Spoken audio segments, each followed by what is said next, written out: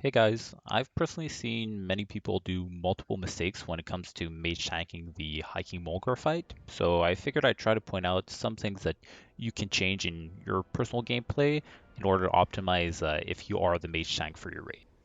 With that said, I am aware that there is what people call a cheese strat, where you would simply burst down High King first, so the fight would technically only last 10 to 30 seconds on the Warcraft logs, so that would inflate your personal DPS in the process. However, I will only go over the more typical strategy of just killing High King last, since this is the strategy that personally my guild uses, and I think that's also the same strategy that most of the more average guilds and pugs will be using. Before we go into any further detail, I'll just skim over the fight itself and what you need to watch out for if you personally haven't ever done this fight before.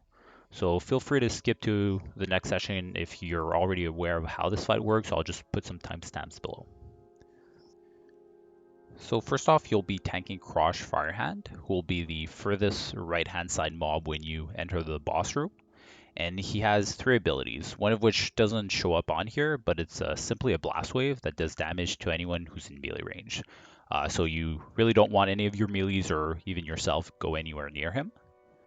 Next is he casts a fireball, which has a 3-second cast. It's important to note that the fireball itself cannot be resisted, nor can the fireball crit. So what that means is you don't want to be stacking any fire resistance items, you don't want any fire resistance totems, fire resistance auras, and so on. I've seen this as a common mistake, so make sure to communicate that information to your team so at least they're not giving you some useless buffs.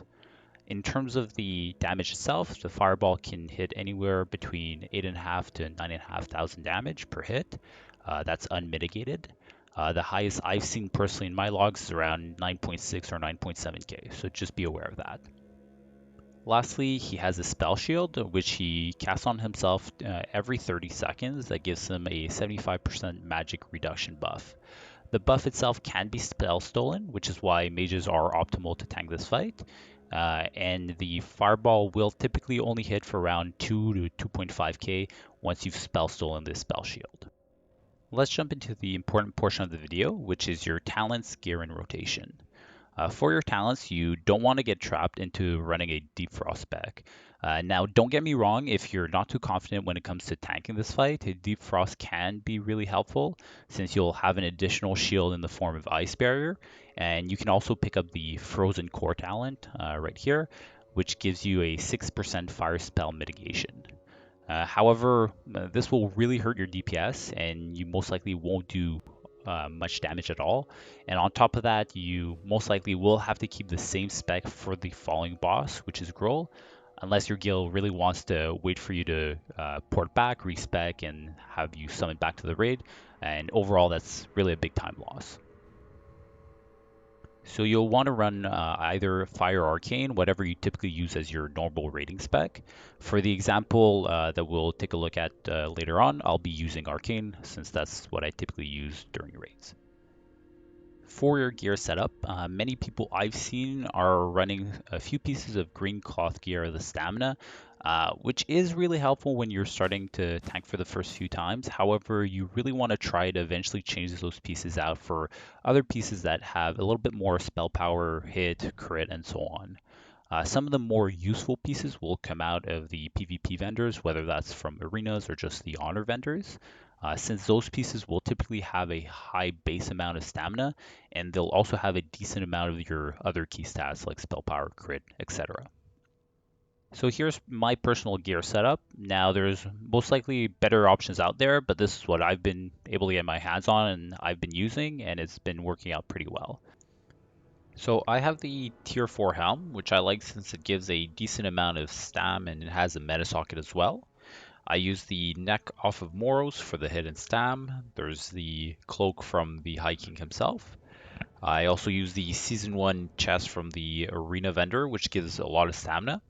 And I used to be wearing green chests of the stamina while I waited to accumulate enough points to buy the chest. But you could also use some heroic chest pieces that have a lot of stamina as well, if need be. I use the braces and belts from the honor vendor. The gloves are from the first boss in Karazhan. The Trial Fire Trousers, surprisingly, they give quite a bit of stamina, so I would definitely suggest to get your hands on those if you see them drop. Then I use the Boots off of Maiden, the ring from Karazhan Rep, and the Mag Ring, and the rest is just my normal trinkets and weapons. Again, keep in mind these are not necessarily your best in slot tanking gear. This is just what I personally use, and you can most probably get a more optimal set. One thing to note, when you are creating your optimal gear setup, you don't want to overload it with stam. Since the damage taken from Krosh is very consistent, apart from the few hits you'll take without the spell shield, having a lot more than 10k HP will just be wasted stats since he'll never hit above 9.6k or so. Similarly, you don't want to risk it and have under 9.5k HP since you'll be at risk of getting one shot if ever you get hit by a fireball and have no spell shield or a fire ward on. So realistically, you want to aim for about 8k HP unbuffed, assuming you have a fort buff, kings, and you're using the stamina food buff rather than black and basilisk. That should be able to get you just above 10k HP. You'll also want to prioritize hit rating when you're creating your tanking set. The reason for that is getting multiple resists on your spell steal ability can lead to potential wipe. Keep in mind that Spell Steal is an arcane spell, so if you are playing arcane, your talents will make this a lot easier by giving you 10% arcane spell hit. Similarly, the Elemental Precision talent in the Frost tree will not help towards your hit rating when it comes to Spell Steal, as the talent itself gives fire and frost spell hit.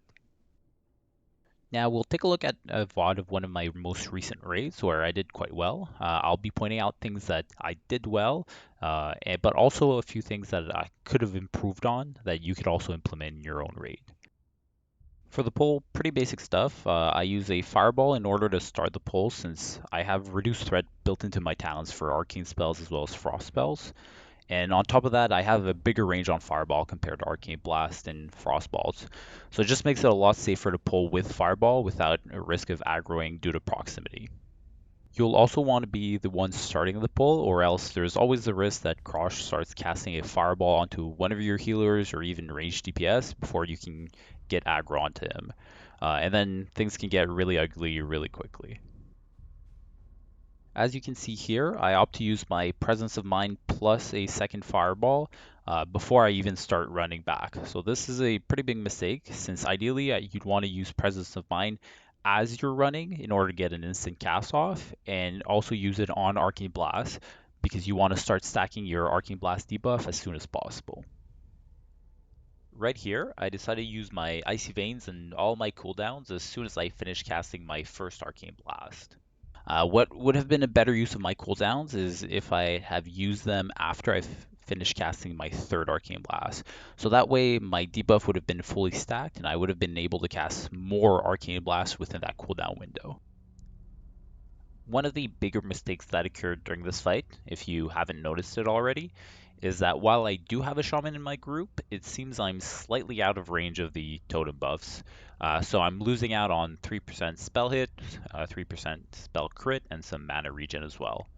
To solve this, I could have easily steered a bit to the left while pulling back in order to be in range of the totems, but still have the boss tank further away from the melee so they don't get hit by any blast waves.